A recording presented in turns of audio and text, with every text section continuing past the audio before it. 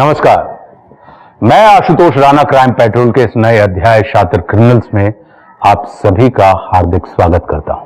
आज के समय में हम सब क्या करते हैं? जब हम डॉक्टर के पास अपॉइंटमेंट के लिए जाते हैं और वहां हमसे 10 मिनट वेट करने के लिए कहा जाता है, या जब हम अपनी ट्रेन या फ्लाइट का इंतजार कर रहे होते हैं, या फिर मूवी देखते समय जो 5 मिनट का इंटरवल होता है, ऐसे वक्त में हम सबसे पहले अपना फोन चेक करते हैं और उसमें भी सबसे पहले अपना सोशल मीडिया अकाउंट चेक करते हैं। आज के युग में ये एक तरह का कल्चर बन गया है जो अनजाने तरीके से हमें वल्चर बनाने के लिए प्रेरित करता है। हम दिन भर में कई बार सोशल मीडिया पर जाते हैं और अपनी व दूसरों की प्रोफाइल को बहुत बारीकी से चेक करते हैं। लत और लात का बड़ा नजदीकी रिश्ता है।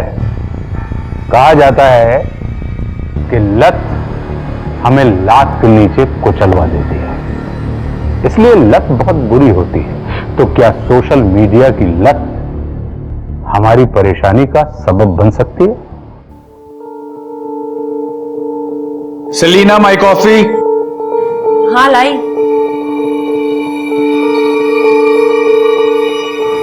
टिफिन रेडी है? हाँ जल्दी करो, मुझे लेट हो रहा है। हाँ हाँ।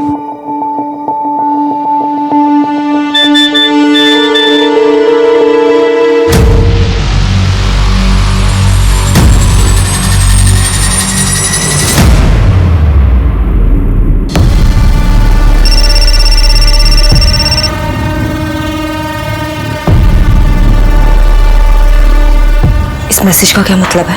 मुझे अर्जेंटली 2 लाख रुपए की जरूरत है, मेडिकल इमरजेंसी है। 2 लाख नहीं है मेरे पास। तो इंतजाम कर। जिससे मेरे हस्बैंड अभी घर पे है, मैं बाद में फोन करती हूँ। Jesus, I am late now. I am sorry.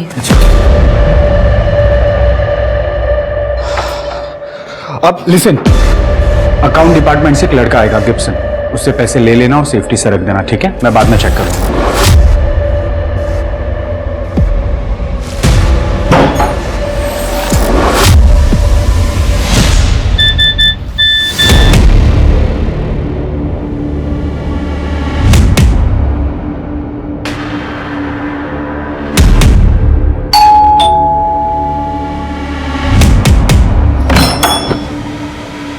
Good afternoon madam. Ma'am ये बैग पीटर सर को दे दीजिएगा। Okay. Thank you ma'am.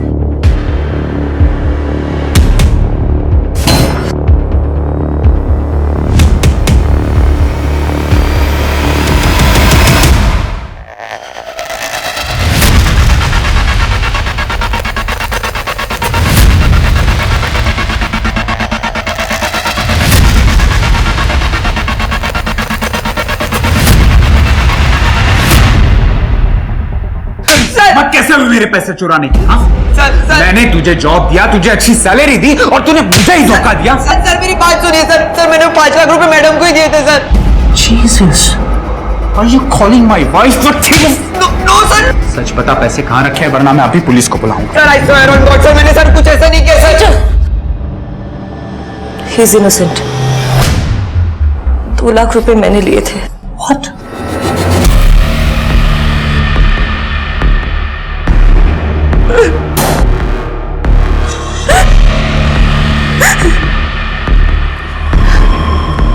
Peter, someone is blackmailing me. What?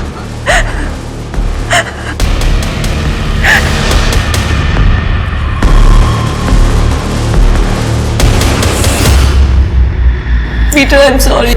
I made a mistake. Please forgive me.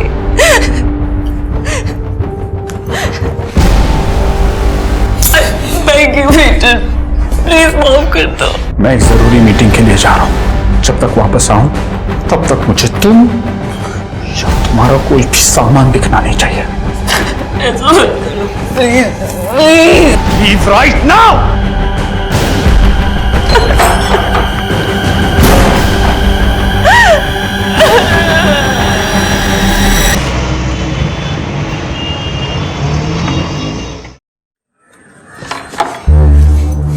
दरवाजा lock नहीं है, मतलब कमीनी औरत घर पे ही है।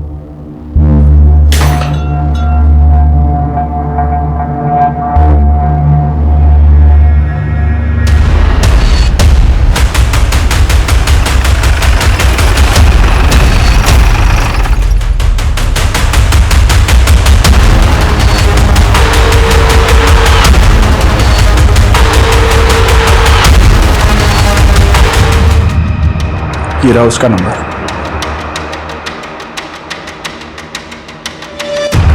सलीना ने 2 दिन पहले इस आदमी को 2 लाख रुपए दिए थे। वो आदमी सलीना को ब्लैकमेल कर रहा था। सलीना ने बताया कि वो इस आदमी को सोशल मीडिया साइट पे मिली थी। ठीक है, ये नंबर की सारी इंफॉर्मेशन निकालो और सोशल मीडिया साइट से उस आदमी का आईपी एड्रेस निकालो। हो सकता है सलीना की तरह और भी कोई विक्टिम हो। शिरके, इसके बारे में सबको पता होना चाहिए। एक प्रेस कॉन्फ्रेंस बुलाओ।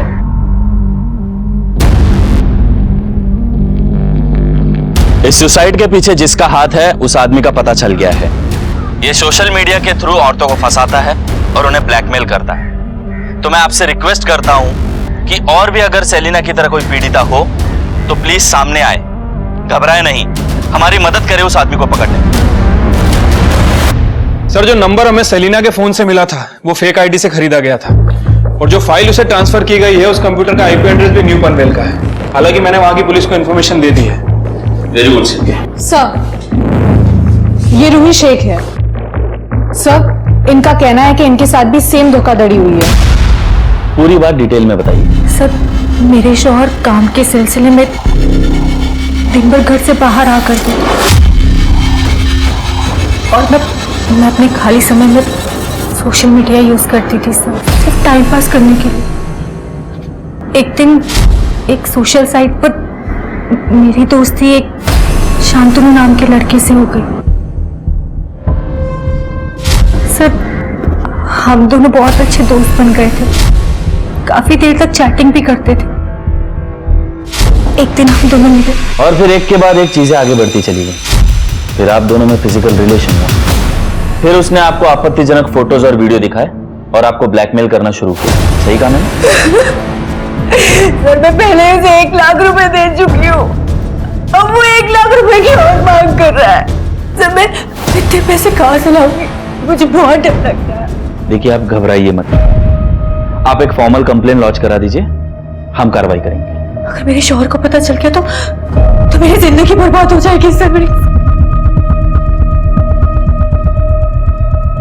रूही जी, देखिए, जब तक आप एक फॉर्मल कंप्लेन लॉन्च नहीं करेंगी तब तक हम आपकी कोई मदद नहीं कर पाएंगे। आप ये सब अपने शौहर को बता क्यों नहीं देती? मुझे पूरा यकीन है वो आपकी मदद करेंगे कंप्लेन करने में। मुझे माफ कर दीजिए, मुझे माफ कर दीजिए। आज के बाद अपनी मुंह शक्ल मत दिखाना मुझे। अरे जाकिर मियां, क्या मसला है? जाकिर, कोई अपने बेगम के साथ ऐसे पेश आता है क्या? बेगम? और ये जो हमारी बेगम है ना, वो किसी पराये मर्द के साथ सिर्फ सोकर नहीं आई है, अपने यार के ऊपर पैसे भी लुटा कर आई है। फोटोज और वीडियोस निकले हैं, अगर आपको चाहिए ना तो मैं शेयर कर देता हूँ। और ये जो हमारी बेगम है ना, इसने सारी बात जाकर पुलिस को बता दी है। इसके बाद तुम्हारा और मेरा कोई वास्ता नहीं है, समझी? तलाक, तलाक, तलाक।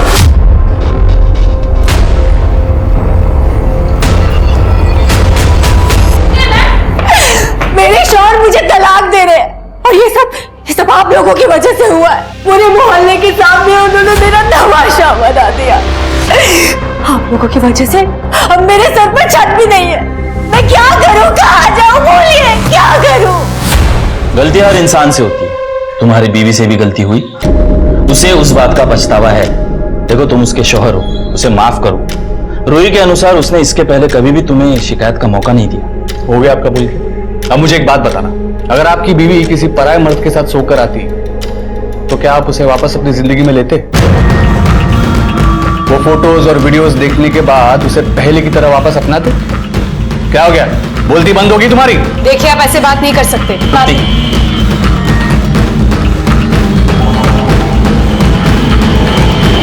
तू क्या खड़ी है यहाँ पे, निकल!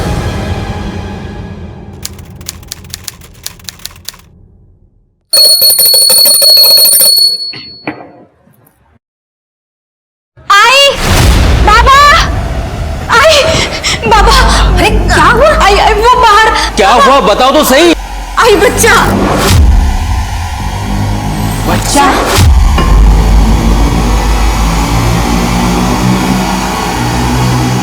आई, ये देखो। अरे देवा, ये कहाँ से आ गया? पता नहीं है, मैं पत्ते काटने के लिए आई तो मैंने इसको देखा।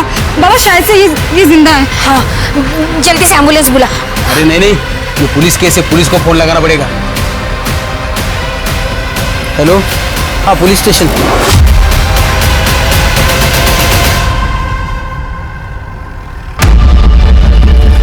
बच्चा कहाँ है? गॉड, तुप्पी जल्दी से हॉस्पिटल लेके जाओ। अरे कोई कपड़ा है क्या?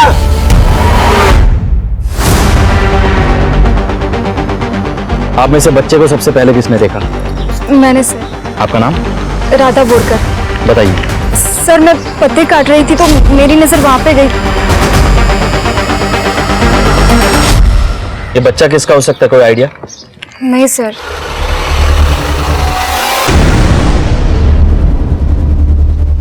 राधा, राजन, ठीक है ना? ये कौन है? ये मेरे पति हैं, पुणे में जॉब करते हैं, सॉफ्टवेयर इंजीनियर हैं। राधा ने कॉल किया, काफी घबराई हुई थी, बच्चे के बारे में बताया। शादी को कितना समय हो गया? 2 साल। कोई बच्चे? नहीं। ये आपके आई बाबा है? नहीं सर, ये राधा के आई बाबा है। बाबा को पैरालिसिस का स्ट्रोक आया था, उसके बाद से हम इनके साथ ही रह रहे हैं, इनकी देखभाल के लिए।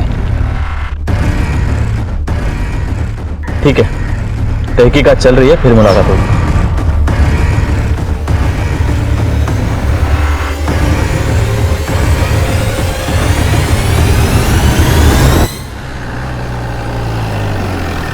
सर, हमें जो बच्चा मिला है वो प्रीमेच्योर बॉर्न हुआ है। प्रेगनेंसी सिर्फ 7 महीने की थी।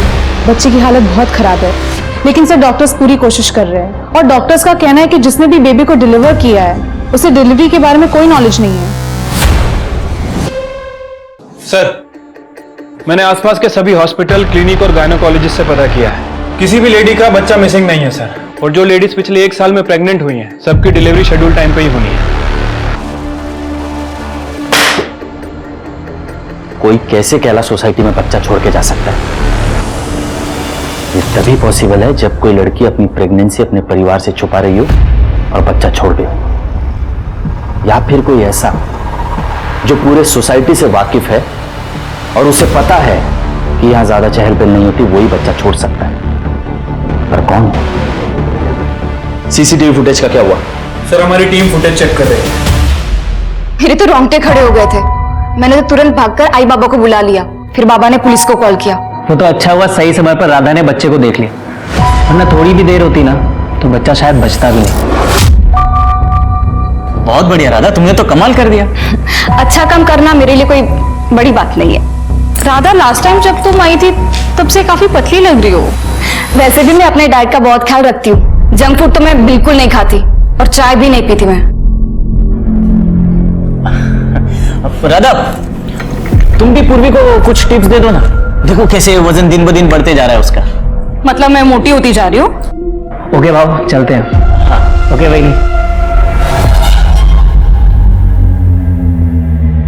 ये तरह साधुन मधुन क्या था ये? कहाँ क्या? अरे वो तो मैं मजाक कर रहा था। अच्छा, उसके सामने मेरा मजाक उड़ाना पसंद है ना तुम्हें? सर, सोशल मीडिया केस में जिस शांतनु को हम ढूंढ रहे हैं, उसने अपने घर के रेंट एग्रीमेंट में एक फोटो का इस्तेमाल किया था और यही फोटो उसने 2 साल पहले भी यूज किया। ये देखिए। और अब ये फोटो हमें रूही के पास मिल रहा है। हो सकता है ये फोटो असली हो और नाम नकली हो। शिरके, ये देखो, ये सारी फोटो मिलती जुलती है। ये देखो, ये आई थिंक औरतें कंफ्यूज हो गई और हमें कांटेक्ट नहीं किया। हो सकता है सर। वैसे इस बारे में मैंने मकान के मालिकों से भी बात की है। उन्हें जो डिटेल्स दी गई हैं वो सारी की सारी नकली हैं। उन्हें इस बारे में कुछ नहीं पता। लेकिन एक इंटरेस्टिंग बात है सर, ये शांतनु हर एक स्कैम के बाद अपना लैपटॉप चेंज कर देता है। पिछले 2 साल में इसने 15 से 20 लैपटॉप खरीदे हैं और वो भी अलग अलग डीलर से। इंटरेस्टिंग। ये आदमी काफी चालाक है। मतलब ये आदमी हर स्कैम के बाद अपना लैपटॉप बदलता है और साथ ही साथ इंटरनेट प्रोवाइडर भी, ताकि इसका आईपी एड्रेस ट्रैक ना हो सके। Very good sir, very good. मुझे इसके बारे में सारी इंफॉर्मेशन चाहिए। Right sir. सर, हमने कैलाश सोसाइटी की सभी सीसीटीवी फुटेजेस चेक की, कल की और 2 दिन पहले की। लेकिन सर सीसीटीवी फुटेज में वहां के लोकल निवासी, कर्मचारी और डिलीवरी बॉयज के अलावा कोई नया नजर नहीं आया। मतलब सोसाइटी में बाहर से कोई भी बच्चा डंप करने नहीं आया? नो सर, ऐसा लग तो नहीं रहा है। ये कैलाश सोसाइटी में कितने बंगले होंगे? लगभग 15 से 20। और 18 से 40 की एज में कितनी औरतें? सर शायद 25 से 30 औरतें होंगी। सबके डीएनए सैंपल लो और वो बच्चे से मैच करो। देखते हैं बच्चे का डीएनए सैंपल सोसाइटी में से किसके साथ मैच होता है। सर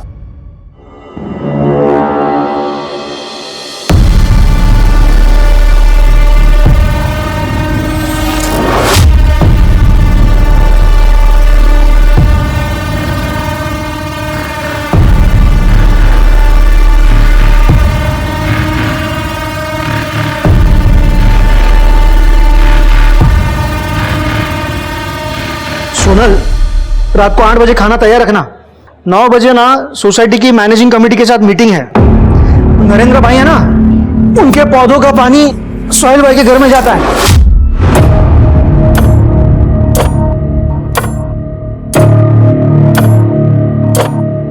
क्या है? जब देखो फोन पर। मेरा फोन दो। मैं कब से तुम्हारे साथ बात कर रहा हूं और तुम्हारा ध्यान ही नहीं है। अगर मैंने ना भी सुना हो ना तो भी मुझे पता है कि तुमने क्या कहा होगा, क्योंकि रोज दिन तुम वही बातें तो करते हो। तुम्हारे ऑफिस का काम, तुम्हारे सोसाइटी के मसले, सब कुछ तुम्हारे बारे में ही तो होता है। मेरे बारे में कब कौन सी बात करते हो? तुम्हें एक्चुअली शादी ना तुम्हारे धंधे से करनी चाहिए थी। सुबह निकल जाते हो, रात में घर आते हो, मुझसे तो बात करने तक का टाइम नहीं है तुम्हारे पास। इसलिए सॉरी टू से, लेकिन ये जो फोन है ना, इसे चाहे मेरा दोस्त कह लो या मेरी सहेली, और शायद मेरा पति भी। बस हाँ, बहुत हुआ है। इसके बारे में रात में बात करेंगे। मारो मुखवास नो डब्बो क्या छे? क्यारनो शोधू छू।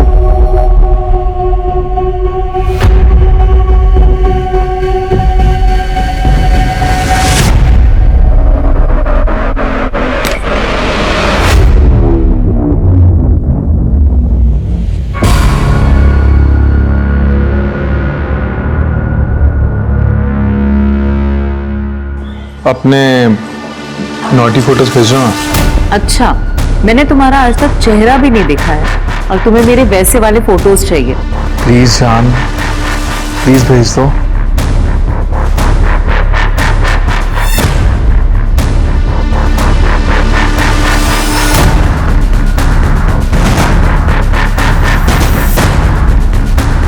कैसे लगे फोटोज? अब तो मुझे तुम्हें देख लेने दो ना। मैं भी तुमसे मिलने के लिए बहुत बेसब्र हूँ। मिलना चाहोगी? सर, मैंने कैलाश सोसाइटी की 18 से 40 साल की उम्र की 23 औरतों की डीएनए रिपोर्ट चेक की है। उसमें से एक औरत ऐसी है जिसका डीएनए बच्चे के डीएनए से मैच कर रहा है। ये टेस्ट रिजल्ट ये गलत नहीं है और इसमें कोई शक नहीं है कि बच्चा आपका है।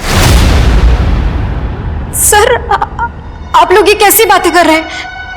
वो बच्चा तो मुझे मिला था। ये तो आप कह रही हैं, इस बात की कोई गवाही दे सकता है? एक मिनट साहब, बेबुनियाद के इल्जाम लगा रहे हैं आप मेरी बेटी पर। जब ये पेट से थी ही नहीं तो ये बच्चा इसका कैसे हो सकता है? ये तो अभी तक पता नहीं। ये भी हो सकता है कि आप इसके लिए झूठ बोल रहे हो। मैं क्यों झूठ बोलूं?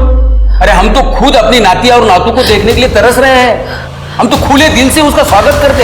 लेकिन कैसे क्यों? हे बगा सर, हे बगा, ये मेरी बेटी की फोटो है। ये 4 महीने पहले का फोटो, ये 2 महीने पहले का फोटो और ये 1 महीने पहले का फोटो है सर। ये आपको प्रेग्नेंट दिख रही है क्या? अगर वो 7-8 महीने की प्रेग्नेंट होती तो उसका पेट नहीं दिखाई देता क्या सर? राजन, तुम्हें क्या लगता है? लगना क्या है सर? राधा मेरी बीवी है। आप ही सोचिए, अगर वो प्रेग्नेंट होती तो क्या मुझे पता नहीं चलता? ठीक। शिरके, डीएनए टेस्ट के लिए इनका सैंपल ले लो। नहीं, मैं डीएनए टेस्ट नहीं कराऊंगा। क्यों? काफी समय से मेरे और राधा के बीच शारीरिक संबंध नहीं हुआ है। काम के सिलसिले में मैं पुणे रहता था। कभी आता भी था तो राधा मना कर देती थी। कभी उसके पीरियड्स चल रहे होते थे या कभी बॉडी पेन हो रहा होता था या थकी हुई होती थी। इसलिए करीबन 1 साल से हमारे बीच कुछ भी नहीं हुआ। तो डीएनए टेस्ट के लिए क्या तकलीफ हो रही है? डीएनए टेस्ट तो मैं नहीं कराऊंगा, और इतना कानून तो मैं भी जानता हूं कि बिना कोर्ट के ऑर्डर्स के आप मुझे फोर्स नहीं कर सकते। उसी कानून ने मुझे भी ताकत दी है कि मैं आप सबको इस शहर में रोक के रख सकूं जब तक ये केस सॉल्व नहीं हो जाता, क्योंकि आप सब शक के दायरे में हैं। मुझे इस पूरे परिवार की कुंडली चाहिए, और खास कर उस राजन बोरकर की। मुझे एक बात समझ नहीं आ रही कि इस राधा ने प्रेगनेंसी छुपाई कैसे। लैब को बोलो एक बार टेस्ट वेरीफाई करें। Yes sir. शांतनु, अरे आ गई तुम, आओ ना अंदर आओ। वो दरवाजा बंद कर देना।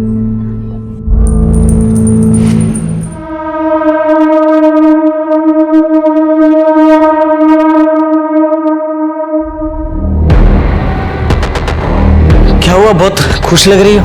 बात ही ऐसी है। ये देखो।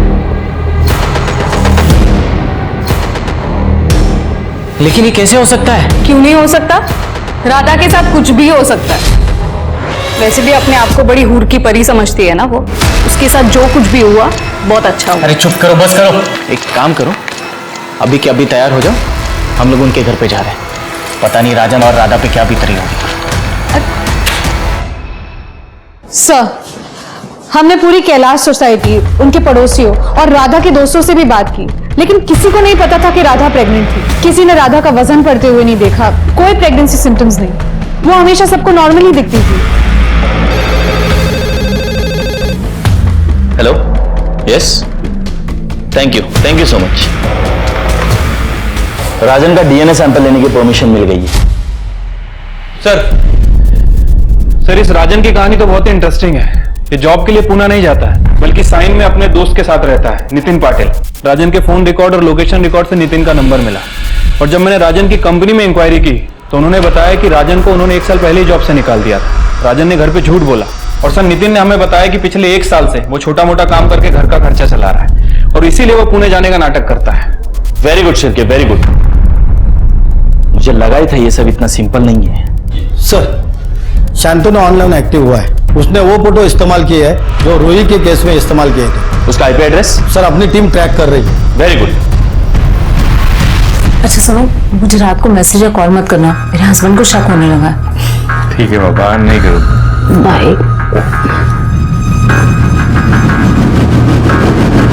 ठीक है, फाइल तयार करा, मी बघतो नंतर। सर, हॉस्पिटल से फोन आया था, वो बच्चा he's no more। कोई इतना बेरहम कैसे हो सकता है? एक नवजात बच्चे को मरने के लिए छोड़ दिया। सर, राजन का डीएनए बच्चे के डीएनए से मैच होता है। वो बच्चा राजन और राधा का ही था। अब ये मर्डर केस है। राधा बोरकर, तुमने तुम्हारे बच्चे को लावारिस छोड़ा, जिसकी वजह से उसकी मौत हो गई। क्या बच्चा मर गया? जी हाँ, राजन के डीएनए टेस्ट से ये प्रूव हो चुका है कि ये बच्चा इन दोनों का ही है। राधा, हमारे साथ चलो। तृप्ति, एक मिनट सर, आप लोग हमें बिना बात के फंसा रहे हैं। किसी दूसरे का पाप आप हमारे सर पे डाल रहे हैं। अरे गलती हो गई मेरी बीवी से, जो उस दिन उस बच्चे के बारे में आपको इन्फॉर्म कर दिया। इससे तो बेहतर होता किसी कूड़ेदान में फेंक देती। ए शाण्या, सायन को पूना बताने वाले, शांत रहा जरा। सर, आपका क्या मतलब है सर? ये अपने भाई से पूछो कि ये अपना पूरा हफ्ता कहां बिताता है। जहां तक मैं जानता हूं ये पूना तो नहीं जाता। क्यों? राजन, अरे राजन काय म्हणतायत ते? हाउ जॉब छूट गई थी मेरी। सायन में मैं अपने दोस्त नितिन के साथ ही रहता था, वहीं छोटा मोटा काम करता था। बहुत टाइम से जॉब ढूंढ रहा हूं, अभी तक मिली नहीं है। क्या बोलता आप सबको? आई एम सॉरी, आपके परिवार को यह सब इस तरह बताना पड़ा। देखिए, पुलिस अपना काम पूरी ईमानदारी से करती है, और डीएनए टेस्ट से यह पता चल चुका है कि बच्चे के बाप तुम ही हो। तुम ही हो। तो अभी ठंडे दिमाग से सोचो कि राधा के साथ तुमने आखिरी बार संबंध कब बनाए। सर, मैंने आपको पहले ही बताया, 1 साल पहले, शायद 8-9 महीने पहले। मतलब 8 महीने। राधा, क्या वो बच्चा हमारा था?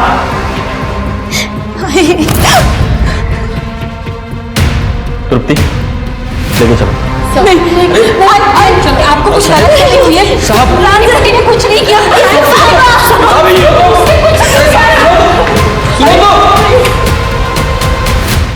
पुलिस को एक और झटका मिला। जब पुलिस ने राधा का सोशल मीडिया अकाउंट चेक किया, तब पुलिस को पता चला कि राधा की दोस्ती पिछले 6 महीने से एक आदमी के साथ हुई। वो आदमी जिसका नाम शांतनु था। ये पुलिस के लिए खतरे की घंटी थी। क्या ये वही शांतनु है जो पिछले 6 महीने से अधिक समय से नहीं मिल रहा है? क्या उसने ही राधा के साथ धोखा किया है?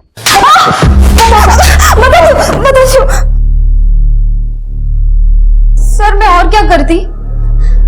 राजन हफ्ते भर बाहर रहता था, मुझे अकेलापन महसूस होता था। फिर एक दिन मुझे सोशल साइट पे एक लड़के की फ्रेंड रिक्वेस्ट आई, तो मैंने एक्सेप्ट कर ली। मैं शांतनु के साथ बातें करने लगी थी और फिर कुछ ही समय में मुझे उससे प्यार हो गया था। इतना प्यार कि मैं उसके साथ भाग जाना चाहती थी, एक नई जिंदगी की शुरुआत करना चाहती थी। तभी मुझे पता चला कि मैं प्रेग्नेंट हो गई हूँ। मुझे बच्चा नहीं चाहिए था सर, और मैं किसी को कुछ बता भी नहीं सकती थी, और अबॉर्शन तो मैं करवा भी नहीं सकती थी, क्योंकि अगर मैं जाती तो अथॉरिटीज के पास मेरा नाम चला जाता। इसलिए मैंने तय किया कि मैं किसी को कुछ भी नहीं बताऊंगी, और जब बच्चा पैदा हो जाएगा तो उसको मैं कहीं फेंक दूंगी। और मेरा पेट ना दिखे इसलिए मैं साड़ी के नीचे कपड़ा बांधती थी, बॉडी सूट पहनती थी। लेकिन 9 तारीख रात को जब आई पापा एक फंक्शन में गए और राजन भी पुणे गया था, तब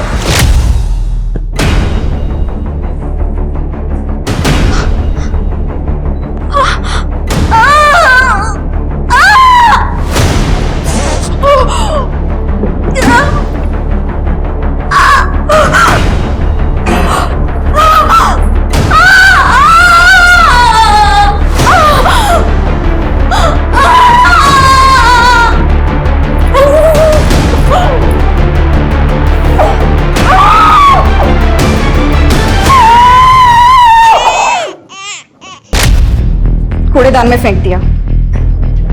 फिर अगले दिन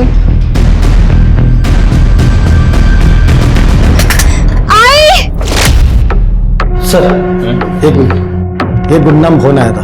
वो आदमी बोल रहा है कि वो राजन का दोस्त है, और राजन को राधा के अफेयर के बारे में पता था। इस बात को लेकर दोनों में झगड़ा होता था।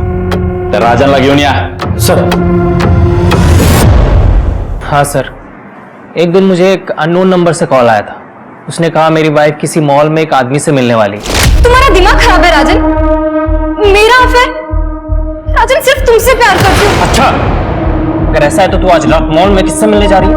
किसी से नहीं, मैं सच बोल रही हूँ। देखो बेटा, शायद तुम्हारे साथ किसी ने मजाक किया है। राधा ऐसा नहीं कर सकती बेटा। तो क्या राधा उस दिन मॉल गई थी?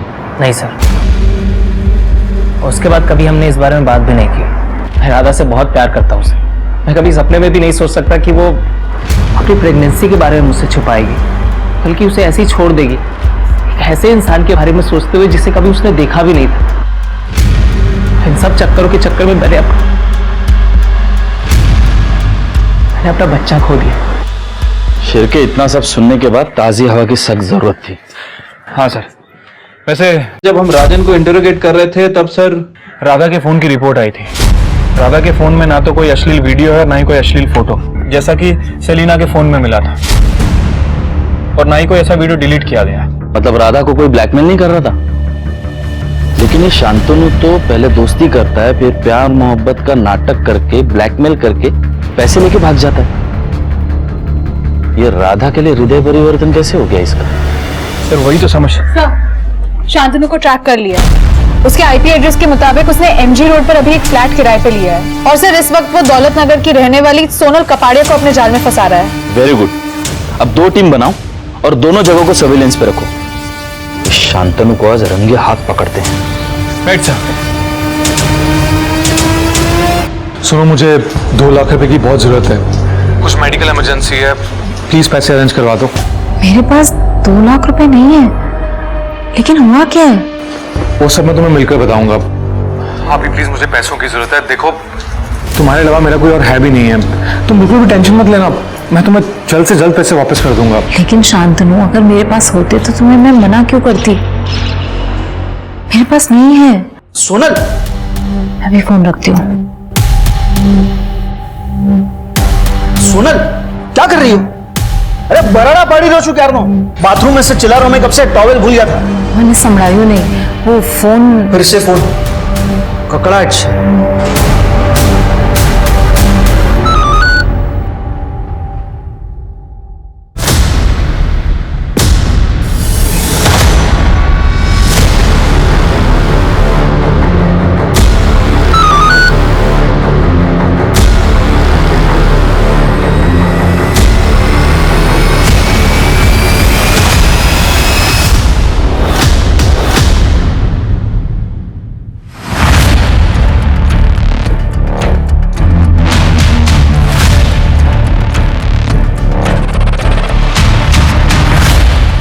सर, सोनल निकल चुकी है। वो सोनल से ही मिलने जा रहा है। सर मेरे हिसाब से मीटिंग पांचाल पार्क में होने वाली है। तुम दोनों मुझे लोकेशन भेजो, मैं वहीं पहुंचता हूं।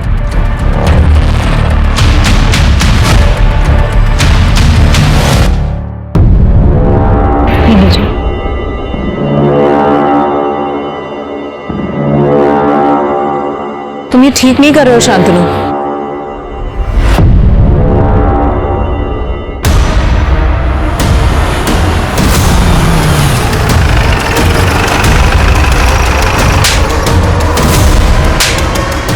घेऊन जायला। अरे क्या किया?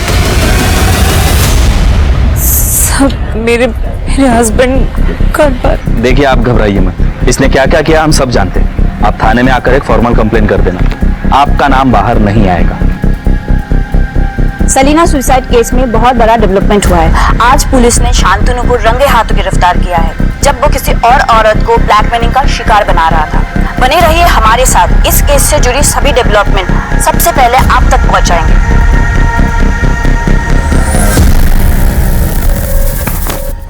शांतनु दासगुप्ता, बता कितनी?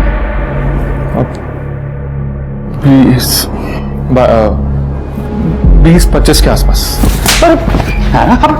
कितनी औरतों को ठगा तूने, ये तुझे याद भी नहीं है? वो याद करने लायक थी भी नहीं ना।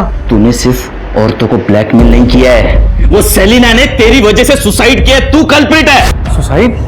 सुसाइड करने की क्या जरूरत थी? शादी के बाद थोड़ी बहुत चीटिंग तो चलती है ना। तूने वो राधा बोरकर के साथ अभी तक ऐसा कुछ क्यों नहीं किया? मैं किसी राधा बोरकर को नहीं जानता। अच्छा, अरे मैं नहीं याद नहीं है? राधा बोरकर 22 साल शादीशुदा। 22 साल? फिर तो मैं वाकई में नहीं जानता, क्योंकि मेरा टारगेट सिर्फ 35 से 40 साल की औरतों पर होता है, जो सेक्सुअली एक्टिव होती हैं लेकिन अकेली और तन्हा होती हैं। अरे लेकिन वो राधा बोरकर जिस सोशल मीडिया साइट पे शांतनु से बात कर रही थी ना, उस पे तेरा फोटो था। अरे मुझे नहीं मालूम कि मेरा फोटो वहां पे कैसे पहुंचा, और मैं सच बता रहा हूं, मैं किसी राधा बोरकर को नहीं जानता हूं। सर जिस समय राधा शांतनु के टच में थी, उस समय शांतनु दासगुप्ता के फोन की लोकेशन और आईपी एड्रेस कहीं और का है। लेकिन राधा जिस शांतनु से बात कर रही थी, उस समय उसका आईपी एड्रेस पवन बाग के साइबर कैफे का है, और राधा के मुताबिक उसने शांतनु से कभी मुलाकात नहीं की, उसे ऑनलाइन ही उससे प्यार हो गया। अच्छा, तभी राधा के कोई फोटोज और वीडियो नहीं मिले। लेकिन अगर ये शांतनु दासगुप्ता सच बोल रहा है, मतलब कोई दूसरा शांतनु है जो राधा को फंसा रहा है इसकी फोटो इस्तेमाल करके। हो सकता है सर, लेकिन सर इस शांतनु ने पिछले 15 से 20 दिन में कोई एक्टिविटी नहीं।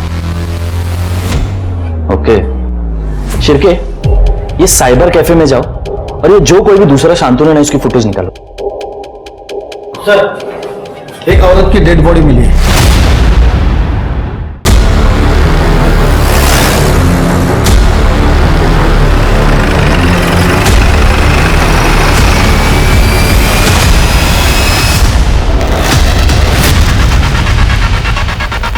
तो पूर्वी बोरकर है, राजन की भाभी।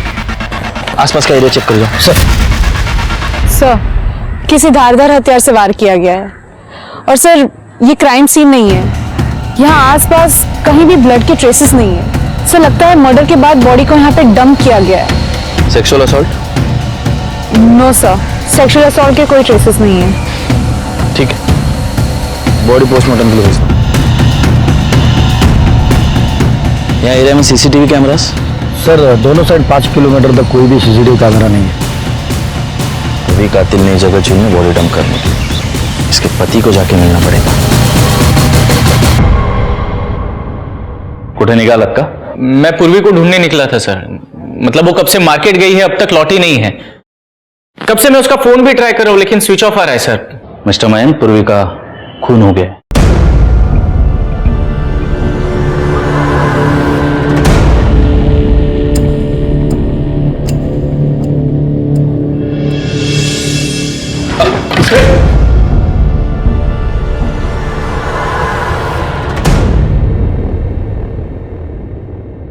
मिस्टर मयंक, सांभळा स्वतःला।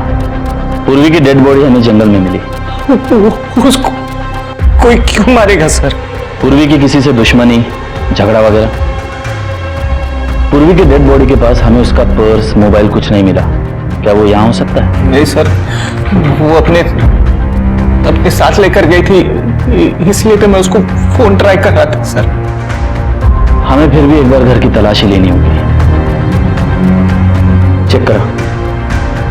तुप्ती, साइबर टीम को बुलाओ और पूर्वी का सोशल मीडिया अकाउंट चेक करवाओ। Yes sir.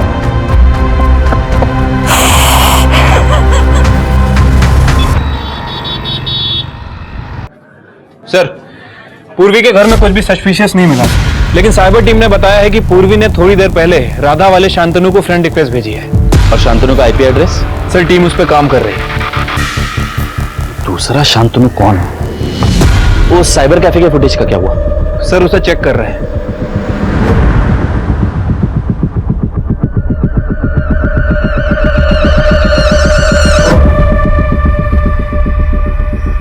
कुछ मिला? नहीं सर, अभी तक तो नहीं।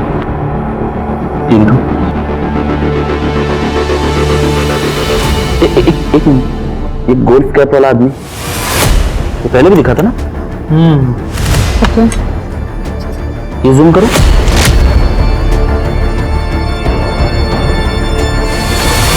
शिरके, ये मोबाइल कवर कहां देखा, याद आया? नहीं sir. Okay sir, last IP address मिल गया है, जब ये अकाउंट आखिरी बार इस्तेमाल हुआ था, अकाउंट डिलीट करने के लिए। टाइम? Sir 3 PM। पूर्वी की डेड बॉडी भी उसी समय मिली थी ना? लोकेशन क्या?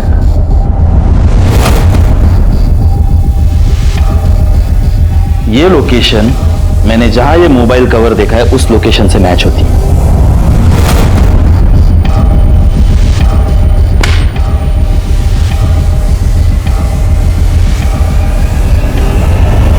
सर, पता चला मेरे पूर्वी को किसने मारा। क्यों, तुम्हें नहीं पता? अरे सर, ये क्या बदतमीजी है? मैंने तो सिर्फ आपसे इतना पूछा कि पूर्वी को किसने मारा। पूर्वी को उसने मारा जिसके मोबाइल का कवर ये।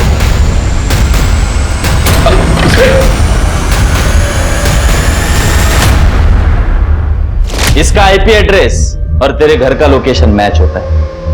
इस मोबाइल की आखिरी लोकेशन जंगल की है जहां पूर्वी की डेड बॉडी डंप की गई। अभी तक गेस कर लिया होगा किसने मारा पूर्वी को? बोल पटपट। बता दो। सारी मेरी ही गलती है। मैंने तो सिर्फ राधा के साथ मजाक करने का सोचा था। बहुत घमंडी थी वो। हर वक्त मेरी पूर्वी का मजाक उड़ाया करती थी, उसे ताने मारा करती थी। उसने तो मजाक में इतना तक कह डाला था कि हमारी शादी को 5 साल हो गए फिर भी हमारा कोई बच्चा नहीं है। सॉरी भाभी, ये ना बंगला नंबर 7 वाली अनीता के बच्चे के लिए गिफ्ट था, आपको गलती से आ गया। आपका गिफ्ट तो ये रहा। इसमें ना 1 से 1 तरीके हैं बच्चे पैदा करने के लिए। इसीलिए मैं हमेशा से उसे सबक सिखाना चाहता था, लेकिन क्या करूं, कैसे करूं, कुछ समझ में नहीं आ रहा था। और फिर अचानक एक दिन मैंने अखबार में शांतनु के बारे में पढ़ा, जिसमें उसकी फोटो भी छपी थी। बस ये आइडिया मुझे वहीं से मिला। तो इसलिए तुमने शांतनु का फोटो इस्तेमाल करके नकली आईडी बनाई और राधा को फ्रेंड रिक्वेस्ट भेजी? हाँ, लेकिन जब राधा ने भी फ्रेंड रिक्वेस्ट एक्सेप्ट की तो मैं शॉक हो गया था। हम लोग घंटों ऑनलाइन चैट किया करते थे। राधा को फेक आईडी वाले शांतनु से प्यार होने लगा था। बिना मिले बिना जाने वो शांतनु के साथ भाग जाना चाहती थी, और इसी बात का खुलासा मैं राजन के सामने करना चाहता था, जो उसे अंधों की तरह प्यार करता था। और इसीलिए जब राधा ने मॉल में शांतनु से मिलने का प्लान बनाया तो मैंने राजन को कॉल कर दिया। वो कॉल तूने किया था? हाँ। हेलो राजन, आज शाम को तुम्हारी बीवी अपने आशिक के साथ मॉल में मिलने वाली है। अगर उसे रंगे हाथ पकड़ना चाहते हो तो जल्दी अक्षय मॉल पहुंच जाओ। लेकिन राधा वहां आई ही नहीं, और पिछले कुछ हफ्तों से राधा बहुत उतावली हो गई थी। उसे हर हाल में शांतनु के साथ रहना था। इसलिए जब राधा ने मुझे बताया कि वो प्रेग्नेंट है तो मैं शॉक हो गया था, क्योंकि इसके बारे में हमारे फैमिली में से किसी को कुछ नहीं पता था। राधा ने तो यहां तक कह डाला था कि वो बच्चे को अबॉर्ट करेगी और मेरे साथ भाग जाएगी। खोटा बोलो रोको। राधा ने बताया था कि उसने मतलब तुझे कुछ नहीं बताया? ओ सर, सांगितलं होतं, बताया था उसने मुझे तो यही बात समझ में नहीं आई कि वो प्रेग्नेंट कब हुई, क्योंकि हम तो उससे रेगुलरली मिला करते थे, वो एकदम नॉर्मल दिखती थी। मैंने सोचा कुछ वक्त इंतजार करूंगा और फिर पूरी दुनिया के सामने उसको एक्सपोज करूंगा, लेकिन उसके पहले ही उसकी प्रीमैच्योर डिलीवरी हो गई और सारा सच सबके सामने आ गया। राधा को तो पता भी नहीं था कि वो जो फेक आईडी थी शांतनु की, उसके पीछे मैं हूं। मैंने हर सावधानी बरती थी, लेकिन पता आज मयंक सुनो ना, मुझे तिवारी सर का नंबर चाहिए था, इनवाइट करना है उन्हें। मयंक,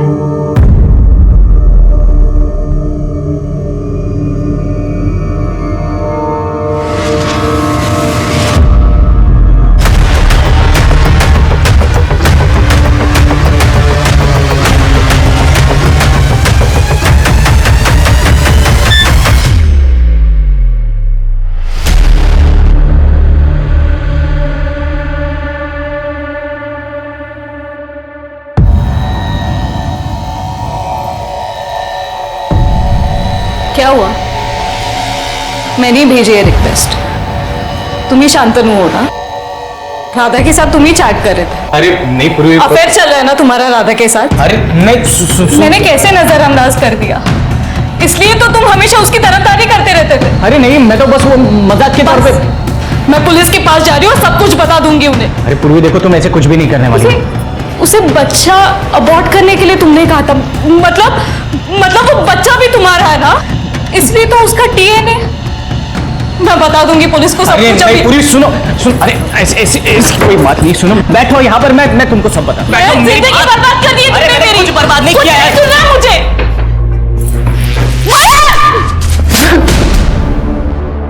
क्या फायदा हुआ रे ये सब करके? तूने तेरी जिंदगी तो बर्बाद कर ही दी और साथ ही साथ राधा और राजन की भी कर दी। अब पूरी जिंदगी जेल में सड़ गई। सोशल मीडिया का उपयोग करते हुए सतर्क रहें और हर किसी से दोस्ती ना करें। जैसे हम और आप अपने घर में हर किसी को आने नहीं देते, वैसे ही सोशल मीडिया भी हमारा आभासी घर है। किसी अजनबी को अपने ऑनलाइन जीवन में आने ना दें। इससे ना सिर्फ शारीरिक बल्कि मानसिक जीवन को भी खतरा हो सकता है। अब मैं आशुतोष राणा आपसे विदा लेता हूं। हम फिर मिलेंगे एक ऐसी ही कहानी के साथ जो आपको रखेगी सतर्क और जिंदगी को सुरक्षित। तब तक अपना और अपने परिवार का ख्याल रखिए और देखते रहिए क्राइम पेट्रोल सतर्क। जय हिंद। बाबा जी की डिवाइन बाबा की। अरे बाबा बड़े प्यारे, बाबा बड़े न्यारे, बाबा की महिमा से बनते काम सा।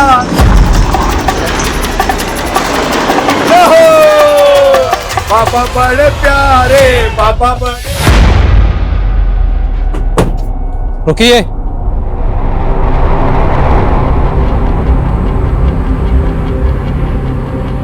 क्या बात है इंस्पेक्टर साहब? हमें लाश को पोस्टमार्टम के लिए लेके जाना है। हम ऐसा कह कि इनका मर्डर किया गया है। ये क्या बोल रहे हैं आप?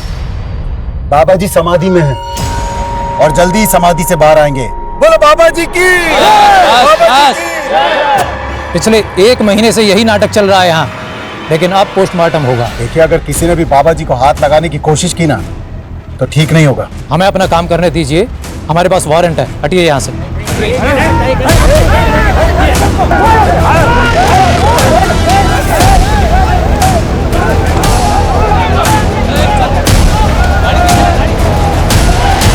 बोलो बाबा जी की, बाबा जी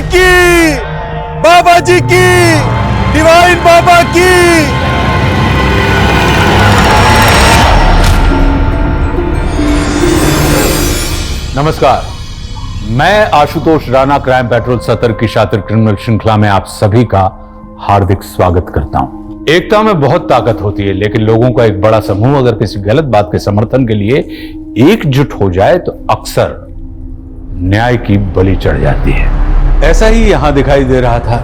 एक मृत पुरुष के लिए कहा जा रहा था कि वो जीवित हो उठेगा। भाई कैसे? जो उगया सो अंत वे, फुलिया सो कुम्हलाई, जो चिनिया सो डही पड़ा, जो आया सो जाई। सदैव कोई नहीं रहता यहां, सबको जाना ही पड़ता है। लेकिन हां, विचार कभी नहीं मरते, किंतु विचार और विकार में बहुत बारीक अंतर होता है। जहां अच्छे विचार जीवन को सुगम बना देते हैं, वहीं अपने विकार को विचार के नाम से प्रस्तुत करने वाले लोग जीवन में विध्वंस मचा देते हैं। यह अपराध एक शैतानी सोच का साइड इफेक्ट है, और दिल्ली जैसे मेट्रो सिटी की एक हाई प्रोफाइल हाउसिंग सोसाइटी ऐसे गुनाह की साक्षी बनी जिसकी कल्पना उस पॉश एरिया में रहने वाले लोगों ने कभी भी नहीं की थी। विक्टिम्स की फहरिस्त सिर्फ एक दो नहीं, बल्कि इसका क्रम बहुत लंबा होता जा रहा था, और अपराधी इतने शातिर थे कि इस केस का पैमाना हर मोड़ पे और भी बड़ा होता जा रहा था।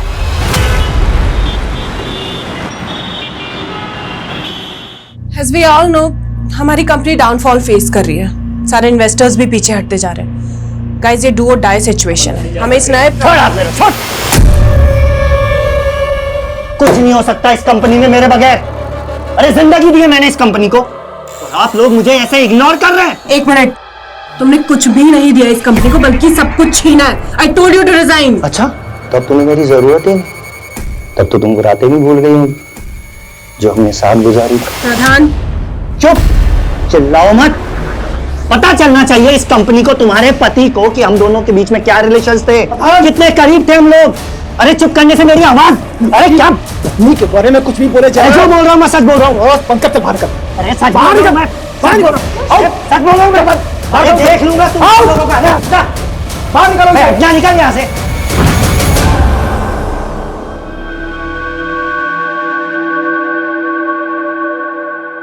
सृष्टि, look into my eyes. See, I trust you. I love you, यार। लेकिन खुश, उसने सारे एम्प्लॉइज के सामने मुझे I will not leave him. मैं उसे ऐसी मौत दूंगा कि तुम ऐसा कुछ भी नहीं करोगे। हम लोग पहले इतने स्ट्रेस में हैं और ओके रिलैक्स। फिर बस कुछ समय मेरे मुंह से निकल गया। मैं ऐसा कुछ, तुम एक काम करो, तुम घर जाके आराम करो। नहीं खुश, ये आराम करने का टाइम नहीं। हमें हमारी कंपनी को फिर से खड़ा करना पड़ेगा। ठीक है, मैं जरा टेंडर वाली फाइल देख लेता हूँ।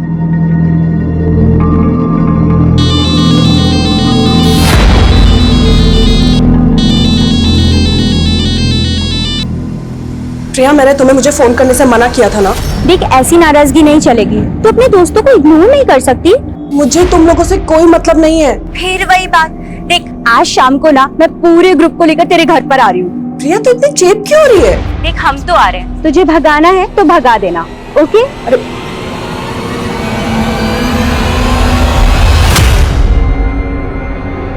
In the name of equality.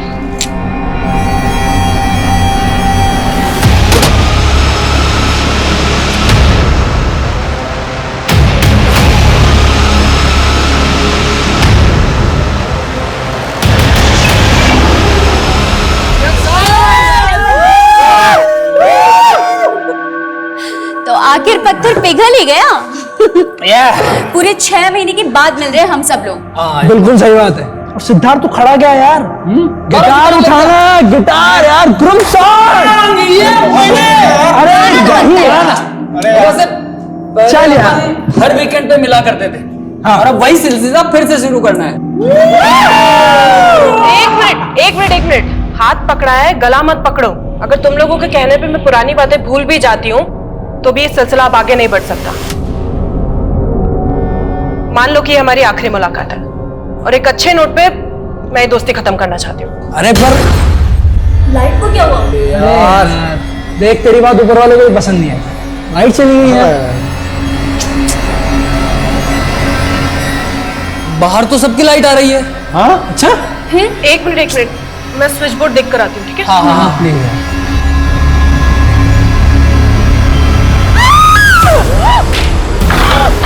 सृष्टि सृष्टि सृष्टि सृष्टि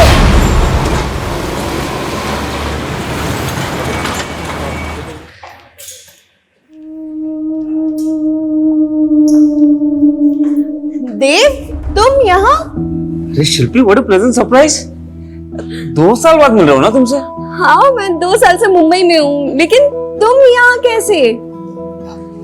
अच्छा बैठो, इधर आओ। ये समझ लो कि मैं भी अपनी किस्मत आजमाने आ गया यहाँ पे। अच्छा, तो तुम स्ट्रगल कर रहे हो, तो ये बैग्स के साथ स्ट्रगल कर रहे हो ऐसा? स्ट्रगल तो तब शुरू होगा ना जब घर मिलेगा। एक्चुअली एक दोस्त के थ्रू मुझे एक ब्रोकर का नंबर मिला, तो मैंने एडवांस देके पीजी भी बुक कर लिया। लेकिन आज जब मुंबई आया तो पता चला कि वो जो पोजीशन है 2 दिन बाद मिलेगा। तो ये 2 दिन किसी होटल में रह लूंगा मैं। लेकिन तुम्हें होटल में क्यों रहना है? मेरा फ्लैट है, तुम आराम से रह सकते हो चिल मार के। नहीं, रहने तो तुम्हें दिक्कत होगी। नहीं, मुझे कोई दिक्कत नहीं होगी। और वैसे भी मेरी रूममेट अभी बाहर गई हुई है, तो तुम आराम से रह सकते हो। हाँ, उसको बैलेंस करने के लिए काम करते हैं। कॉफी पी के चलते हैं, बिल तुम पे कर देना। तुम ना बदली नहीं है।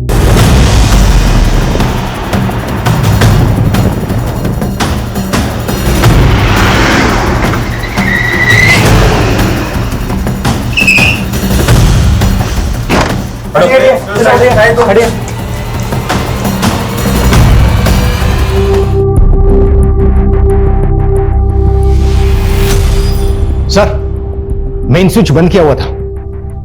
घर का मेन स्विच ऑफ है? Yes sir. तो क्या कातिल ने घर में दाखिल होने से पहले घर की लाइट बंद की, उसके बाद घर में दाखिल हुआ? और मकसद क्या था? लूट और कत्ल? फोरेंसिक को बुलाओ और सब जगह सर्च करो। हाँ साहब, मैं ही बंसी हूँ। मैंने ही आपको फोन किया था। मैं यही काम करता हूँ साहब। कल रात को सृष्टि मैम और उनके दोस्तों को यहाँ पार्टी हो रही थी। सुबह आया तो सृष्टि कौन सी? वो सर सफेद कपड़े वाली जो है। और बाकी लोग कौन है? बाकी लोगों को मैं नहीं जानता साहब। मुझे तो सृष्टि मैम ने शाम को फोन किया था पार्टी का इंतजाम करने के लिए। बंसी, एक काम करो, शाम को मेरे कुछ फ्रेंड्स आ रहे हैं पार्टी के लिए, तो तुम स्नैक्स, ड्रिंक्स और डिनर रेडी रखना। मैडम, आपके और साहब के अलावा कितने लोगों को खाना बनाना है? 6 लोगों के हिसाब से अरेंजमेंट कर दो। कुछ साहब ही सृष्टि मैम के हस्बैंड है। मैंने उनका भी फोन किया है, बस वो आते ही होंगे साहब।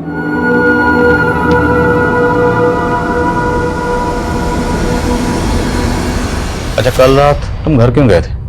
हर रोज रात को घर चले जाते हो या सिर्फ कल रात कर गए? साहब, मैं शाम को डेली घर चला जाता हूँ। ये गाड़ी किसकी? साहब, ये सृष्टि मैम की है। और दूसरी वाली शायद उनकी दोस्तों की होगी साहब। तुम पक्का नहीं पता? नहीं साहब, मैं कुछ नहीं जानता। ठीक है, पता करो दूसरी गाड़ी किसकी है।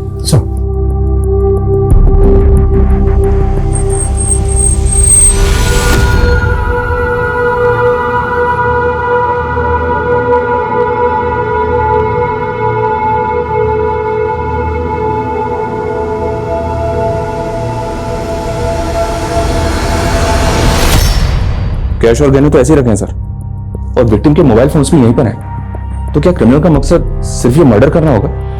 राजवीर, 5 कत्ल हुए हैं और वो भी बहुत ब्रूटल। तो मुमकिन है कि कातिल एक नहीं बल्कि एक से ज्यादा हो। पर सवाल ये है कि घर में जो भी कातिल दाखिल हुआ उसकी इनमें से किसी एक से रंजिश थी? I mean, वो किसी एक को कत्ल करना चाहता था, या फिर उसकी रंजिश इन 5 से थी और इन 5 को कत्ल करने के इरादे से घर में दाखिल हुआ। 6 लोगों का डिनर तैयार करने के लिए कहा था, पर यहाँ पे 5 लाशें। तो मतलब कोई छठा गेस्ट भी था जो आने वाला था पर आया नहीं। राजवीर, पता करो छठा गेस्ट कौन था, और सृष्टि के अलावा पता करो ये बाकी 4 लोग कौन हैं। Okay sir. सर, ये सब कैसे हो गया? मेरी वाइफ को सर।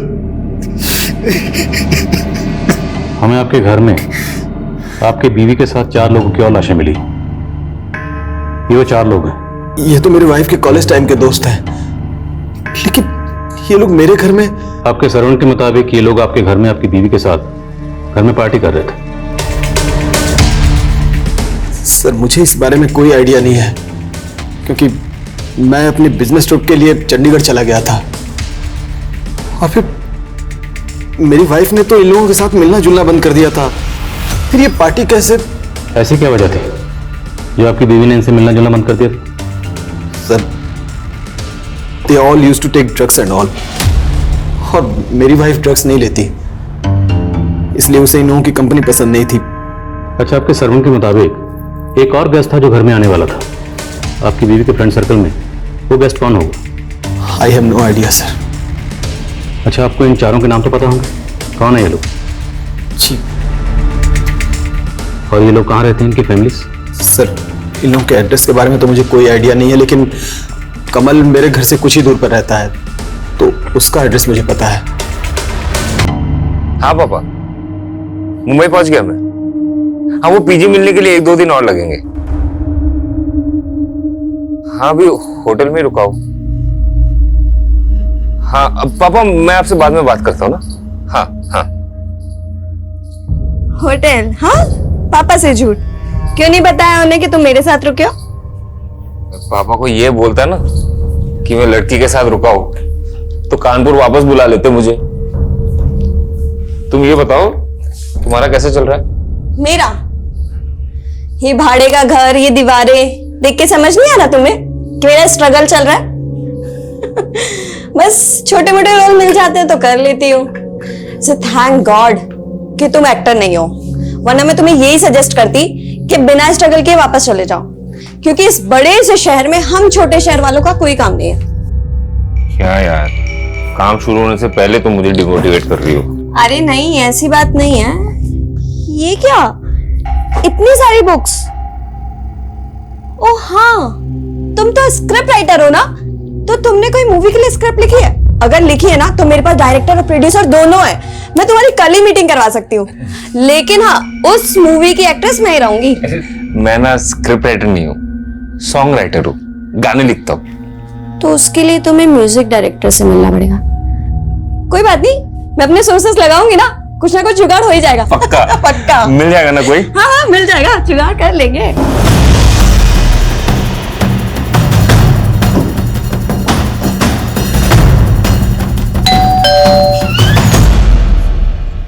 जी, ये कार इसी एड्रेस पर रजिस्टर्ड है?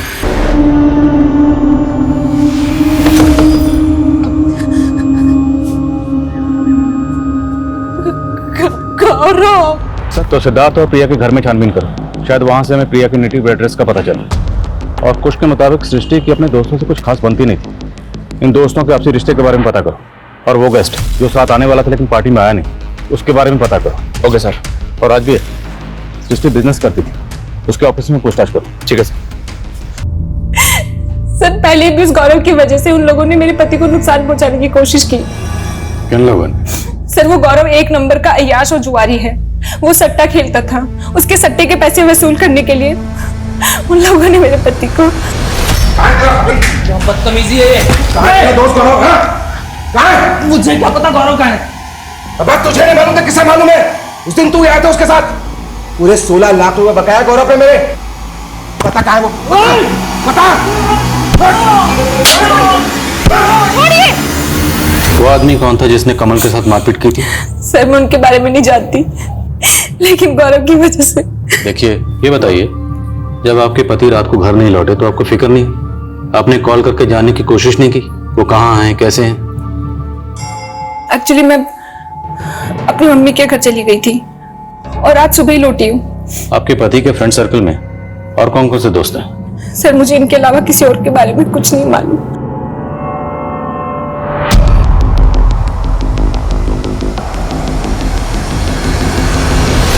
मेरा बेटा और सट्टा? नहीं सर। देखिए, कमल की बीवी ज्योत्सना का कहना है कि आपका बेटा गौरव, अब आप तो मां है, जाहिर सी बात है आपको इस बारे में पता ही होगा।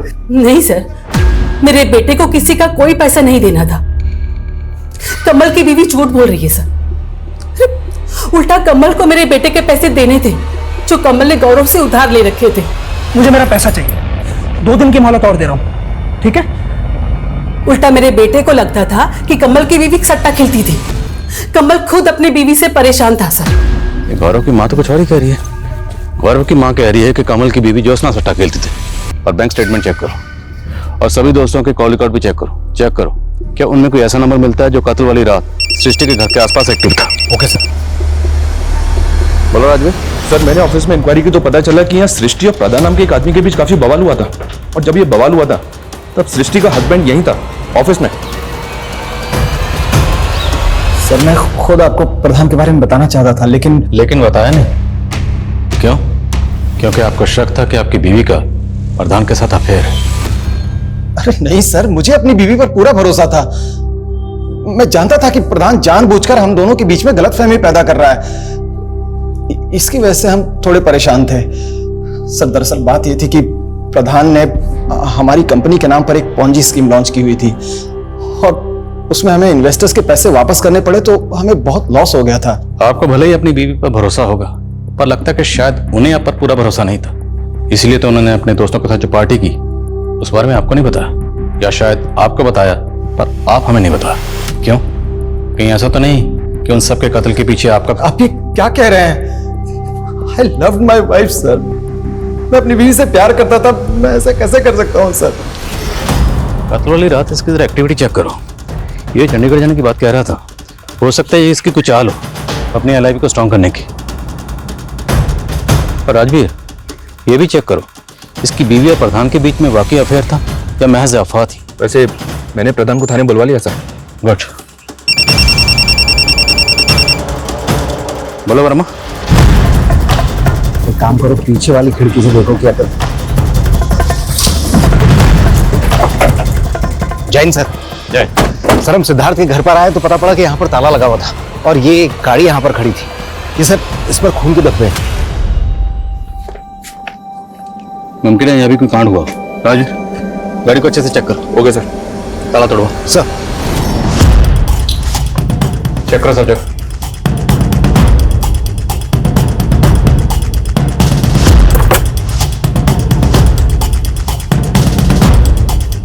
सर अंदर चेक करो। गाड़ी पे खून के धब्बे हैं सर। गाड़ी में कुछ खास तो मिला नहीं, गाड़ी के पेपर्स मिले। तो ये गाड़ी सिद्धार्थ के नाम पे रजिस्टर्ड है। सिद्धार्थ की बॉडी हमें मिली सृष्टि के घर पे 4 और लोगों के साथ, और यहाँ उसकी गाड़ी पर खून के धब्बे हैं। आखिर चक्कर क्या है?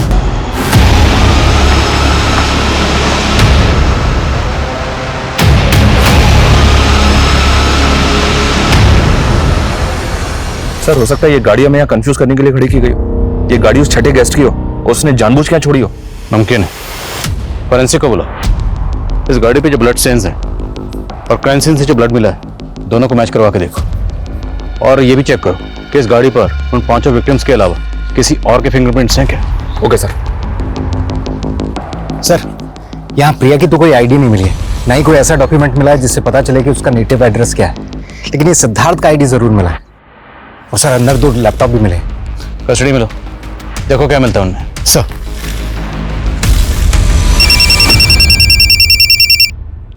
बोलो। सर प्रधान पूछताछ के लिए 2 बजे थाने आने वाला था और वो आया नहीं अभी तक, और उसका फोन भी बंद आ रहा है सर। एक काम करो, उसके घर पर जाके चेक करो। Okay sir. जी जाएंगे हम तेरी एक मिनट। ये सारे गाने तुम्हारे लिखे हुए हैं? जी सर। सर अगर आप मुझे एक ट्यून दे दोगे ना सर उसमें भी मैं गाना लिख सकता हूँ। तुम्हें किसने कहा कि मैं अपनी ट्यून पर तुम्हें गाना लिखने को दूंगा? देखो भाई, ये वफा, प्यार, मोहब्बत, जी जाएंगे, सनम, बेवफा, ये सब आउटडेटेड हो चुका है। उठाओ से और निकलो। सर सिद्धार्थ की कार पे जो ब्लड मिला है वो क्लियर नहीं है। हो सकता है वो मिटाए गए हैं, और विक्टिम्स की पोस्टमार्टम रिपोर्ट के अकॉर्डिंग ड्रग्स। तो मतलब कुछ की बात सही थी कि सृष्टि के दोस्त ड्रग्स लेते थे, इसलिए सृष्टि ने अपने दोस्तों से दूरी बनाई हुई थी। और वो जो वसूली करने आया था, जिसके बारे में हमें कमल की बीवी ज्योत्सना ने बताया था, उसके बारे में कुछ पता चला? नहीं सर, फिलहाल कमल और गौरव के सीडीआर में ऐसा कुछ मिल ही रहा है, और ये नंबर अभी बंद है। हत्या के वक्त इस सुनील दुबे का नंबर सृष्टि के घर वाले एरिया में भी एक्टिव था। तो ये सुनील दुबे को छठा कैसे हो सकता है जो साथ पार्टी में आने वाला? मुझे ये नंबर मंगोलपुरी के एड्रेस पर रजिस्टर्ड है। वर्मा को भेज दिया वहां। चेक करो। सर सिद्धार्थ के ड्राइवर सुनील दुबे के घर पे ताला था। हमने छानबीन की लेकिन कुछ मिला नहीं। तो पता करो सुनील दुबे कहाँ है। ये सुनील दुबे मुझे किसी भी कीमत पर अंदर चाहिए। सर, सिद्धार्थ के घर से जो लैपटॉप मिला था, क्योंकि उसमें प्रिया के कई सारे फोटोज और मूवी क्लिप्स हैं, लेकर।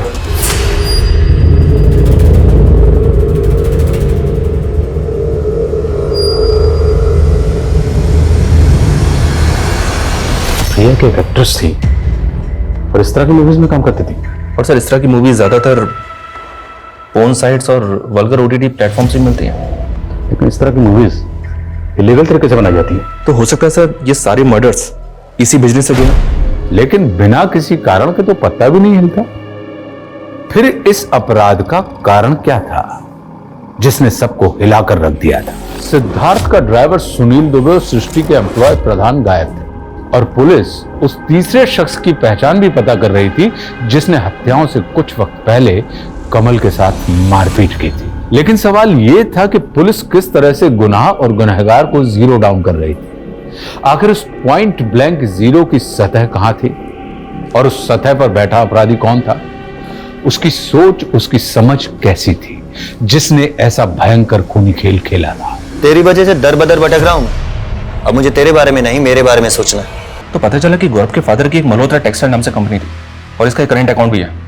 ये कंपनी तो काफी पहले बंद हो गई, लेकिन इसका अकाउंट अभी भी एक्टिव है और पिछले 1 साल से 2 विदेशी कंपनियों से लगातार इसमें पैसा आ रहा है। ये देखिए सर, एक कंपनी का नाम है बड़ी मैन एक्स और दूसरी कंपनी का नाम है रॉ वाई। आप किस ट्रांजैक्शन की बात कर रहे हैं सर? मुझे किसी ट्रांजैक्शन के बारे में कुछ नहीं मालूम। आपको ये तो मालूम है ना कि आपके हस्बैंड के गुजरने के बाद उनकी कंपनी के मालिक आप और गौरव बराबर के मालिक हैं। आपके पति की मल्होत्रा टेक्सटाइल बंद हो चुकी है, तो उनकी कंपनी के करंट अकाउंट में इन 2 विदेशी कंपनी से जो फंड्स आ रहे हैं, जो पैसा आ रहा है, किस बिजनेस का आ रहा है? कौन कहाँ जा रहे हो? कौन है? क्या बदतमीजी है? अंदर कैसे चला आया? बदतमीजी तो आप कर रहे हो सर। मैंने उस दिन आपको गाना सुनाया था, आपने वो गाना लिया, उसके बाद उसे रिलीज भी कर दिया और लिरिसिस्ट में अपना नाम डाल दिया। अंता है, किससे बात कर रहा है तू? चोर से। मुझे चोर बोलता है? मुझे चोर बोलता है? चोर बोलता है? चलो बाहर से। बाहर से।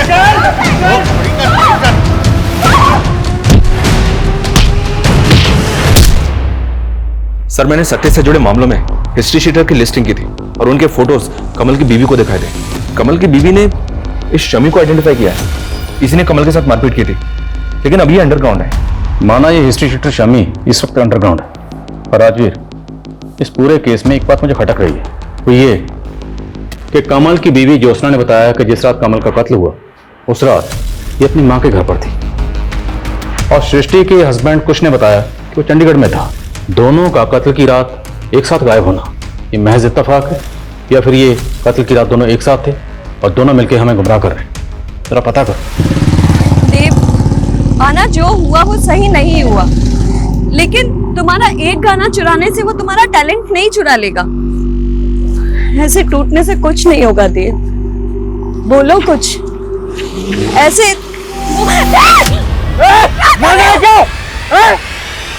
क्या कर रहे हो देव? होश में आओ। जो मेरे साथ हुआ उसका 1% भी नहीं हुआ तुम्हारे साथ। क्या मैं मरी? नहीं मरी ना, मैं जिंदा खड़ी हूं ना तुम्हारे साथ। क्या हुआ तुम्हारे साथ?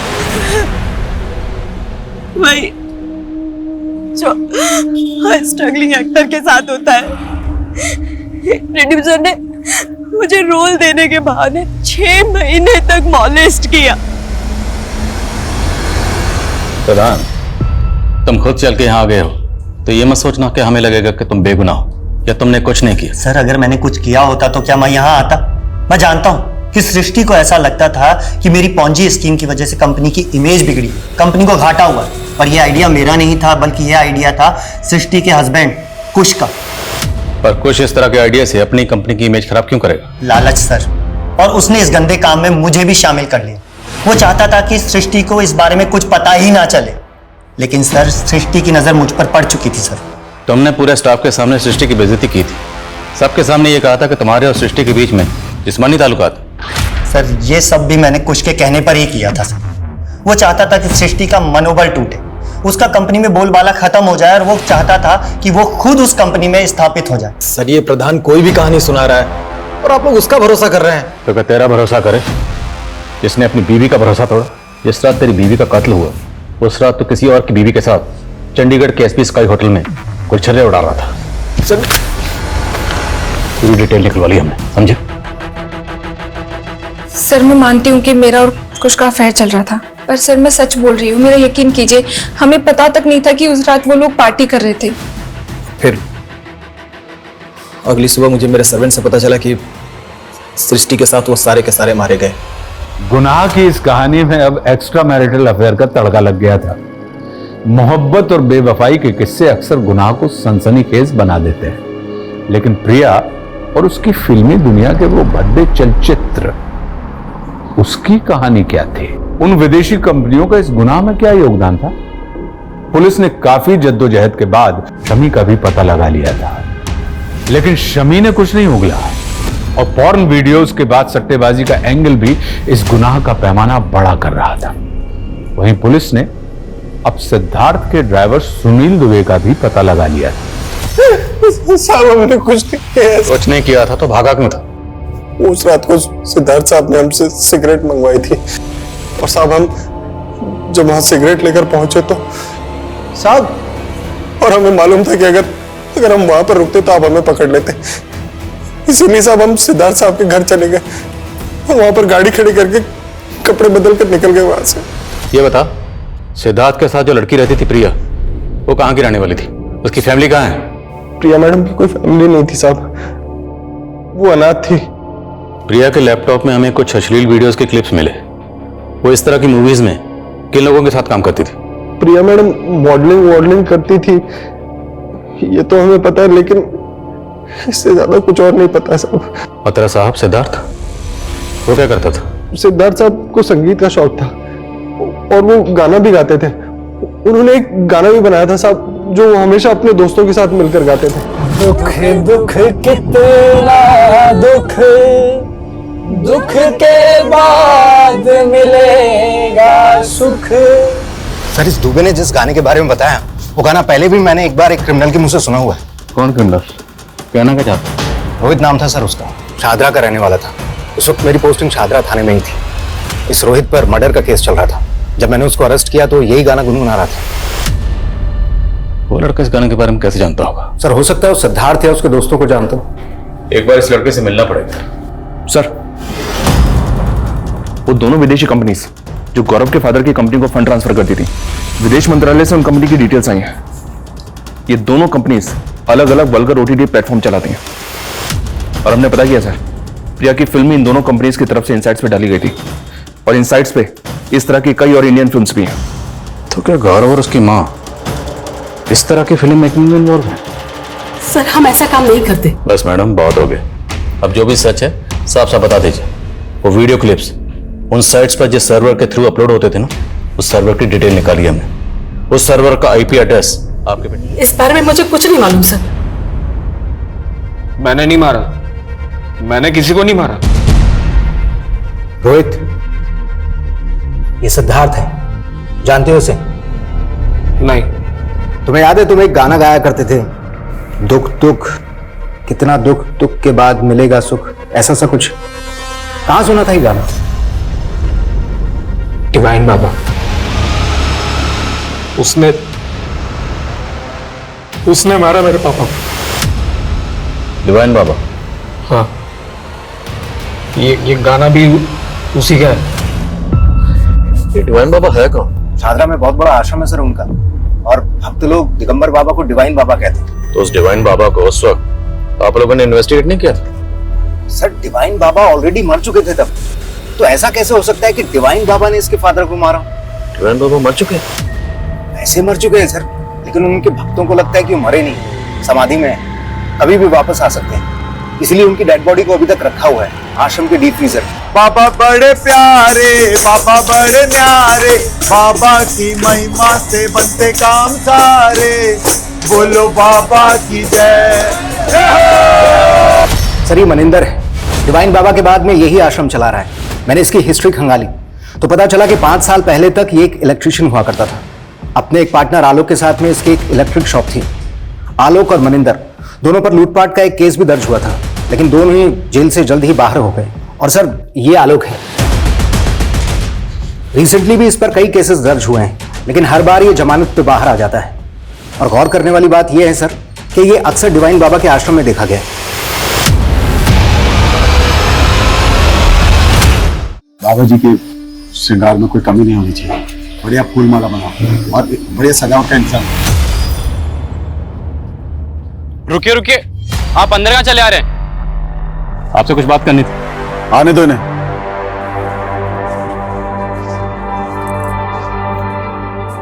आपसे अकेले में कुछ बात करनी थी। जो बोलना है यहीं बोलो। क्या मसला है? मसला बहुत गंभीर है स्वामी जी, बहुत गंभीर। इन 5 लोगों के कत्ल हुए और इनमें ये जो लड़का है सिद्धार्थ, हमें इतना तो कंफर्म पता है कि सिद्धार्थ का इस आश्रम में आना जाना था। अब आप ये बताइए कि इन 5 के कत्ल का आश्रम से क्या कनेक्शन? क्या बकवास की जा रहे हो तुम? कत्ल का आश्रम से कनेक्शन? कोई सबूत है तुम्हारे पास? सबूत भी ले आएंगे। फिलहाल ये लड़का रोहित, इसका कहना है कि इसके फादर के कत्ल के पीछे आश्रम का हाथ है। इसका तो यहाँ तक कहना है कि इसके फादर के कत्ल के पीछे डिवाइन बाबा का हाथ है। कुछ भी बकवास किए जा रहे हैं आप। बाबा जी समाधि में उनके विषय में कुछ भी बोले जा रहे हैं। देखिए, अगर आपने ऐसा कुछ भी किया ना तो भक्त चुप नहीं बैठेंगे। हमने कुछ कहा तो बहुत जोर का करंट लगेगा। Mono electrician. और बाकी की चर्चा कहीं और करेंगे या यहीं आपके चरित्र का चीरफाड़ करें?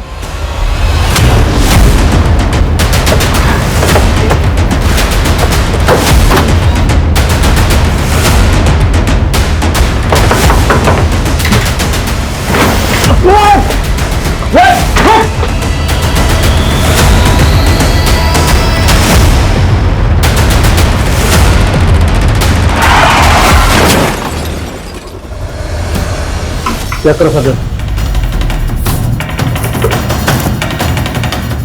सर ये देखिए, इतने सारे गैजेट्स, 3 लैपटॉप और इतने सारे फोन। क्या आलोक इतने सारे गैजेट्स के साथ करता क्या? सब कस्टडी में लो। हो सकता है इन गैजेट्स में उन्होंने शील्ड वीडियो से जुड़ा कंटेंट। कस्टडी में लो सर।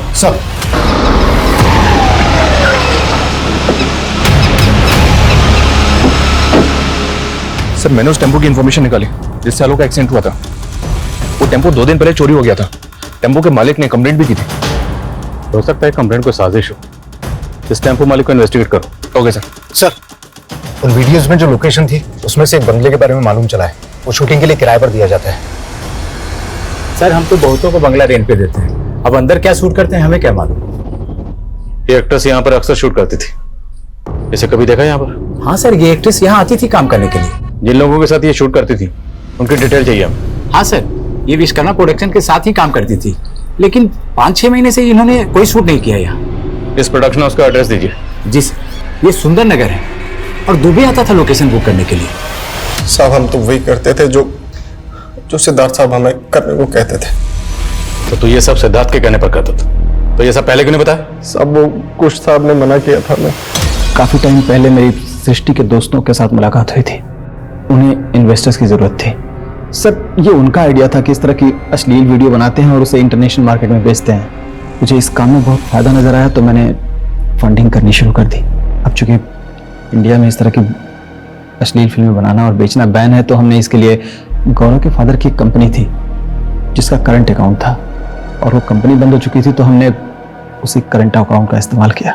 और इस सब में तुम्हारी बीवी सृष्टि भी इन्वॉल्व थी? नहीं सर, अगर उसे पता चलता तो वो हमें ये करने ही नहीं देती, लेकिन आखिरकार उसे एक दिन पता चल ही गया। पैसा कमाने के लिए इतना घिनौना काम किया, गंदी फिल्मों में पैसे लगाने लग गए। सब पता चल गया है मुझे। जो इस काम में कमल की बीवी ज्योत्सना और गौरव की माँ, ये लोग भी इन्वॉल्व थे? नहीं सर, गौरव की माँ तो इन्वॉल्व नहीं थी, लेकिन ज्योत्सना इन्वॉल्व थी। सर, मैं मानता हूँ कि मैं इस तरह की अश्लील फिल्में बनाता था, लेकिन ये मर्डर वर्डर से मेरा कोई लेना देना नहीं है सर। सर, आलोक के घर से मिले लैपटॉप का डेटा रिट्रीव किया है। उसमें फोन वीडियो से जुड़ा तो कुछ भी नहीं मिला है, बल्कि उसमें एक फोरम मिला है जिसमें कई लोग जुड़े हुए हैं, और इस फोरम के मैसेजेस बहुत चौंकाने वाले हैं सर। इस फोरम में जितने भी लोग हैं उनमें आपस में हेट मैसेजेस पास ऑन होते रहते हैं। ये दुनिया इन रईसों की नहीं है, इन्हें इनकी औकात दिखानी होगी। इसी तरह के हेट मैसेजेस भरे पड़े हैं सर। ऐसा लगता है जैसे इस फोरम के लोगों की रईस लोगों के साथ दुश्मनी है। इस फोरम से जितने भी लोग जुड़े हैं सबके आईपी एड्रेस ट्रेस करो। Okay sir.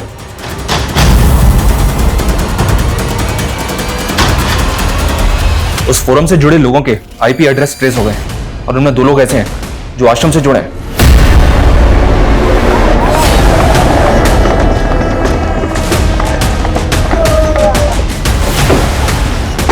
बढ़िया आप लोग।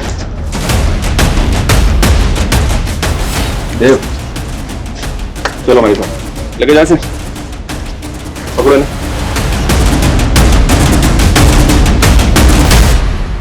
In the name of equality,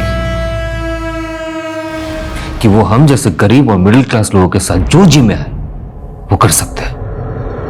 मैं एक्ट्रेस बनना चाहती थी सर, पर कई सारे प्रोड्यूसर्स ने मुझे मॉलेस्ट किया, मेरी मजबूरी का फायदा उठाया। मैं सॉन्ग राइटर बनना चाहता था और मेरे साथ भी कुछ मुंबई में हम कुछ नहीं कर पाए लोगों की वजह से, इसलिए मुंबई छोड़ के हम दिल्ली चले गए और डिवाइन बाबा के साथ जुड़ गए। लेकिन यहाँ हम साथ ही साथ ऐसे लोगों को अपने फोरम में जोड़ने लगे जो हमारी तरह अमीरों से सताए हुए थे। हमने एक संगठन बना लिया सर। आलोक को कैसे जानते हो तुम? आलोक और मनिंदर से हम आश्रम में मिले थे, वो भी अमीरों से चिढ़ते थे। आलोक का जिस टेम्पो से एक्सीडेंट हुआ था उस टेम्पो वाले को तुमने भेजा था? आप जब मनिंदर बाबा से आश्रम में मिलके गए तो हमें लगा कि आलोक हमारा राज खोल सकता है। उससे पहले कि वो अपना मुंह खोले हमने उसका मुंह बंद कर दिया। अच्छा, ये डिवाइन बाबा की लाश को फ्रीजर में रखने के पीछे क्या कहानी है? बाबा को पता चल गया था कि मैं और मनिंदर आश्रम के आड़ में अमीरों को मार रहे थे, इसलिए वो हमें आश्रम से निकाल के जेल में डालना चाहते थे, इसलिए उन्हें मारना पड़ा। और रोहित के फादर को किसने मारा था? रोहित के फादर आश्रम से जुड़े हुए थे, उन्हें हम पे शक हो रहा था। उन्हें लग रहा था कि हमने डिवाइन बाबा के साथ कोई षड्यंत्र किया है। इससे पहले कि वो कुछ करे मैंने उन्हें मार दिया।